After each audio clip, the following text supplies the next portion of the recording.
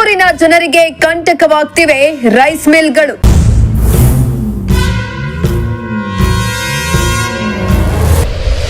Rice mill ಧೂಳಿನಿಂದ ಜನರಲ್ಲಿ ಉಸಿರಾಟದ ಸಮಸ್ಯೆ.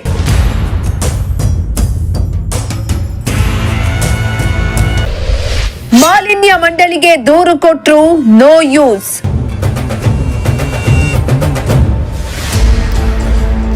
ಇತ್ತೀಚಿನ ದಿನಗಳಲ್ಲಿ ಮರಗಳನ್ನ ನಾಶಪಡಿಸಿ ಎಲ್ಲೆಡೆ ಕಾಂಕ್ರೀಟ್ ಕಾಡುಗಳು ಆಗ್ತಿದ್ದು ಶುದ್ಧ ಗಾಳಿ ಅನ್ನೋದು ಸಿಗದಂತಾಗಿದೆ. ಬೆಂಗಳೂರಿನಷ್ಟೇ ತುಮಕೂರು ನಗರ ಸರಿಸಮಾನವಾಗಿ ಬೆಳೆಯುತ್ತಿದ್ದು ವಾಹನಗಳ ಸಂಖ್ಯೆ ಕೂಡ ದಿನದಿಂದ ದಿನಕ್ಕೆ ಹೆಚ್ಚಾಗುತ್ತಿವೆ. ಒಂದ್ ಕಡೆ ಮರಗಳ ನಾಶ, ಮತ್ತೊಂದ್ ಕಡೆ ವಾಹನಗಳ ಸಂಖ್ಯೆ ಹೆಚ್ಚಳ. ಈಗ ಕಾರ್ಖಾನೆಗಳು, ಅದರಲ್ಲೂ ರೈಸ್ ಮಿಲ್ಗಳು ಹೊರಸೂಸುವ ಧೂಳಿನಿಂದಾಗಿ ತುಮಕೂರಿನ ಜನರಿಗೆ ಕಂಟಕವಾಗ್ತಿದೆ.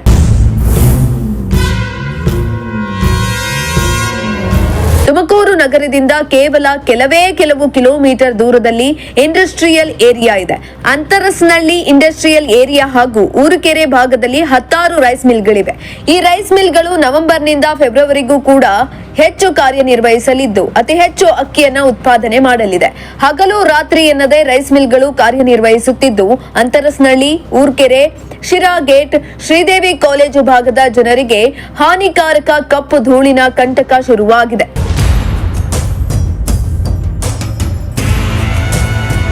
ಇನ್ನು ಇದರ ಬೆನ್ನಲ್ಲೇ ತುಮಕೂರಿನ ಮಂಡಿಪೇಟೆಯಲ್ಲಿರುವ ಈಶ್ವರಿ ರೈಸ್ ಮಿಲ್ನಿಂದ ಅತಿ ಹೆಚ್ಚಾಗಿ ಧೂಳು ಹೊರಬರುತ್ತಿದ್ದು ಮಂಡಿಪೇಟೆ ಭಾಗದ ಮನೆಗಳ ಮೇಲೆ ಅತಿ ಹೆಚ್ಚು ಹಾನಿಕಾರಕ ಧೂಳು ಸಂಗ್ರಹವಾಗ್ತಿದೆ. ಕೈಯಿಟ್ಟ ಕಡೆಯೆಲ್ಲ ಧೂಳು ಅಂಟಿಕೊಳ್ಳುತ್ತಿದ್ದು ಈ ಭಾಗದ ಜನರಲ್ಲಿ ಉಸಿರಾಟದ ಸಮಸ್ಯೆ ಉಂಟಾಗುತ್ತಿದೆ. ಅಲ್ಲದೆ ರಾತ್ರಿ ವೇಳೆ ಅತಿ ಹೆಚ್ಚು ಧೂಳು ಬೀಳಲಿದ್ದು ಕುಡಿಯುವ ನೀರಿಗೆ ಧೂಳು ಸೇರುತ್ತಿದೆ. ಇದರಿಂದ ಆರೋಗ್ಯದ ಮೇಲೆ ಸಾಕಷ್ಟು ಪರಿಣಾಮ ಬೀರ್ತಾ ಇದೆ. ಅಲ್ಲದೆ ಕಣ್ಣಿಗೆ ಧೂಳು ಬೀಳೋದ್ರಿಂದ ಜನರಿಗೆ ಸಾಕಷ್ಟು ತೊಂದರೆ ಆಗ್ತಾ ಇದೆ. ಈ ಬಗ್ಗೆ ಮಾಲಿನ್ಯ ಮಂಡಳಿಗೂ ಅರ್ಜಿ ಹಾಕಿದ್ರು ಕೂಡ ಕ್ರಮ ಕೈಗೊಳ್ತಿಲ್ಲ ಅಂತ ಸಾರ್ವಜನಿಕರು ಕಿಡಿಕಾರಿದ್ರು. ತುಂಬಾ ತೊಂದರೆ ಆಗ್ತಾ ಇದೆ. ಈಗ ಆಗಿನ ಕಾಲದಲ್ಲಿ 80 ವರ್ಷ, 90 ವರ್ಷ, 100 ವರ್ಷ ಬದುಕ್ತಾ ಇದ್ರು. ಈಗಿನ ಕಾಲದಲ್ಲಿ 40-50 ವರ್ಷ ಬದುಕೋದೇ ದೊಡ್ಡ ವಿಷಯ ಆಗಿದೆ.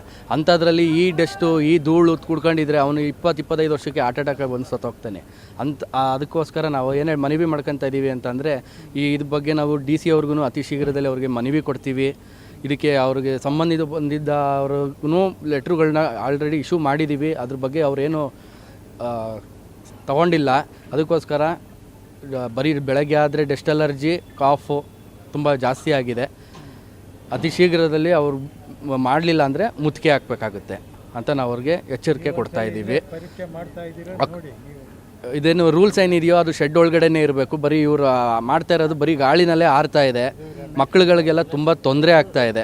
ಅದಕ್ಕೋಸ್ಕರ ಅವರು ಎಚ್ಚೆತ್ಕೊಳ್ಳಿ ಬೇಗ ಅಂತ ಅಂದ್ಬಿಟ್ಟು ಇದ್ರ ಬಗ್ಗೆ ನಾವು ತಿಳಿಸ್ತಾ ಇದ್ದೀವಿ. ಶ್ರೀವತ್ಸವ ಅಂತ ಕರ್ನಾಟಕ ರಕ್ಷಣಾ ವೇದಿಕೆ ಕನ್ನಡ ಸೇನೆ ಜಿಲ್ಲಾಧ್ಯಕ್ಷರು. ಈ ಸುಮಾರು 30 ವರ್ಷದಿಂದ ರೈಸ್ ಮಿಲ್ ಇದೆ. ಅದ್ರ ಧೂಳು ಒಟ್ಟು ಎಲ್ಲ ಬಂದು ನಮ್ಮ ಬಿಲ್ಡಿಂಗ್ ಮೇಲೆ ಬಿದ್ದು ಬಿಲ್ಡಿಂಗ್ ಎಲ್ಲ ಹಾಳಾಗ್ತಿದೆ. ಇಲ್ಲಿ ನಿಂತ್ಕೊಳ್ಳೋಕ್ಕೂ ಆಗಲ್ಲ. ಆಮೇಲೆ ಇಲ್ಲಿರೋ ಮಂಡಿಪೇಟೆ ಜನಗಳು, ಅಂಗಡಿಯವರೆಲ್ಲ ಕಸ ತಂದು ಹಾಕ್ತಾರೆ.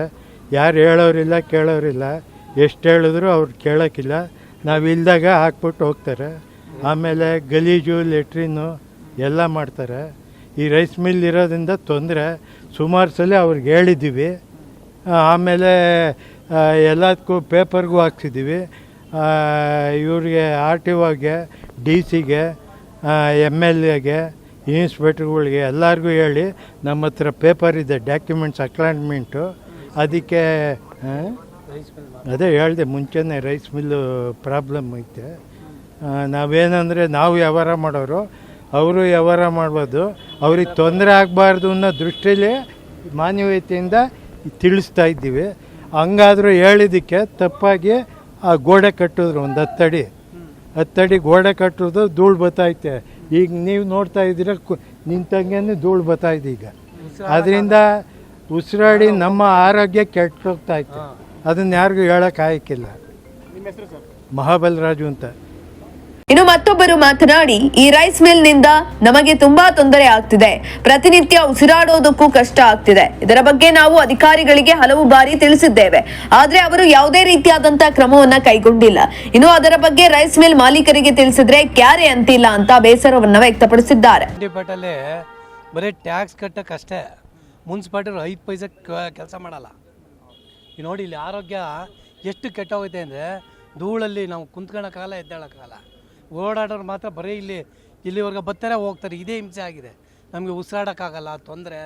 ಯಾವುದೇ ಒಂದು ವೆಹಿಕಲ್ ಬಂದ್ರೂ ಧೂಳು ನೋಡಿ ಎಷ್ಟಿದೆ. ಆಮೇಲೆ ಇದು ರೈಸ್ ಮಿಲ್ಲಿಂದ ಇರೋದ್ರಿಂದ ಭಾರಿ ತೊಂದರೆ ಸರ್. ಅದಕ್ಕೆ ಇದಕ್ಕೆ ಸಂಬಂಧಪಟ್ಟವ್ರು ಯಾರೇ ಇದ್ದರೂ ಅದನ್ನೆಲ್ಲ ಮಾಡಿಸ್ಕೊಡಿ ಸರ್. ರೈಸ್ ಮಿಲ್ಲಿಂದ ಧೂಳು ನೋಡಿ ಕುಂತ್ಕೊಳ್ಳೋಕ್ಕಾಗಲ್ಲ, ನಮಗೆ ಆಸ್ಮಾ ಬಂದಂಗೆ ಆಗಿದೆ, ಉಸಿರಾಡೋಕ್ಕಾಗಲ್ಲ, ತೊಂದರೆ. ಎಷ್ಟು ಕಷ್ಟ ಬೀಳ್ತಾ ಇದ್ದೀವಿ ಅಂದರೆ ಅದು ಹೇಳ್ಕೊಂಬಾರ್ದು, ಕಟ್ಕೊಂಡಿದ್ದೀವಿ, ಬಿಡಬಾರ್ದು. ಎಷ್ಟು ಸಾರಿ ಹೇಳಿದ್ದೀವಿ, ಅವ್ರ ಸಂಪಾದನೆ ಒಂದೇ ದೊಡ್ಡದು ಅಷ್ಟೇ. ಇದಕ್ಕೇನು ಸಂಬಂಧಪಟ್ಟಿದ್ದು ಮಾಡೋಣ ಅನ್ನೋದಿಲ್ಲ. ನಮಗಂತೂ ಸಾಕಾಗೈತಿ ಹೇಳಿ ದಯವಿಟ್ಟು ಇದಕ್ಕೇನು ಸಂಬಂಧಪಟ್ಟವರು ಅದಕ್ಕೆ ವ್ಯವಸ್ಥೆ ಮಾಡಿಕೊಡಿ ಸರ್. ಈ ಬಗ್ಗೆ ಈಶ್ವರಿ ರೈಸ್ ಮಿಲ್ ಮಾಲೀಕ ರಮೇಶ್ ಅವರು ಪ್ರಶ್ನೆ ಮಾಡಿದಾಗ, ನಮ್ಮ ಮಿಲ್ನಿಂದ ಸಾರ್ವಜನಿಕರಿಗೆ ಯಾವುದೇ ತೊಂದರೆ ಆಗುತ್ತಿಲ್ಲ, ನಮ್ಮ ರೈಸ್ ಮಿಲ್ ಪಕ್ಕದಲ್ಲಿ ಯಾವುದೇ ಮನೆಗಳಿಲ್ಲ, ಇದು ರೆಸಿಡೆನ್ಷಿಯಲ್ ಏರಿಯಾ ಅಲ್ಲ ಅಂತ ತಿಳಿಸಿದ್ರು.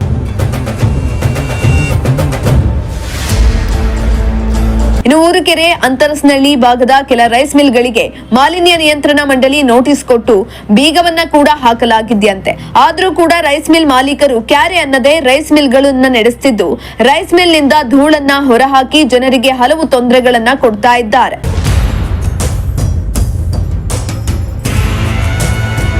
ಒಟ್ಟಿನಲ್ಲಿ ರೆಸಿಡೆನ್ಷಿಯಲ್ ಏರಿಯಾ ಮಂಡಿಪೇಟೆಯಲ್ಲಿರುವ ಈಶ್ವರಿ ರೈಸ್ ಮಿಲ್ ಸೇರಿ ಊರುಕೆರೆಯಲ್ಲಿರೋ ನಾನಾ ರೈಸ್ ಮಿಲ್ಗಳಿಂದ ಇಂದು ಸಾರ್ವಜನಿಕರಿಗೆ ಸಾಕಷ್ಟು ತೊಂದರೆ ಆಗ್ತಿದ್ರು. ಮಾಲಿನ್ಯ ನಿಯಂತ್ರಣ ಅಧಿಕಾರಿಗಳು ಕಣ್ಣು ಮುಚ್ಚಿ ಕುಳಿತಿರುವುದು ಬೇಸರದ ಸಂಗತಿ. ಇನ್ನಾದರೂ ಸಂಬಂಧಪಟ್ಟ ಅಧಿಕಾರಿಗಳು ಎಚ್ಚೆತ್ತುಕೊಂಡು ತುಮಕೂರಿಗರಿಗೆ ಕಪ್ಪು ಧೂಳಿನಿಂದ ಆಗ್ತಿರೋ ಸಮಸ್ಯೆಯನ್ನ ಬಗೆಹರಿಸ್ತಾರಾ? ರೈಸ್ ಮಿಲ್ ಮಾಲೀಕರ ವಿರುದ್ಧ ಮಾಲಿನ್ಯ ನಿಯಂತ್ರಣ ಮಂಡಳಿ ಕ್ರಮ ಕೈಗೊಳ್ಳುತ್ತಾ ಎಂದು ಕಾದು ನೋಡಬೇಕಾಗಿದೆ. ಕ್ಯಾಮರಾ ಪರ್ಸನ್ ರಾಕೇಶ್ ಜೊತೆ ಪುನೀತ್, ಪ್ರಜಾಶಕ್ತಿ ಟಿವಿ ತುಮಕೂರು.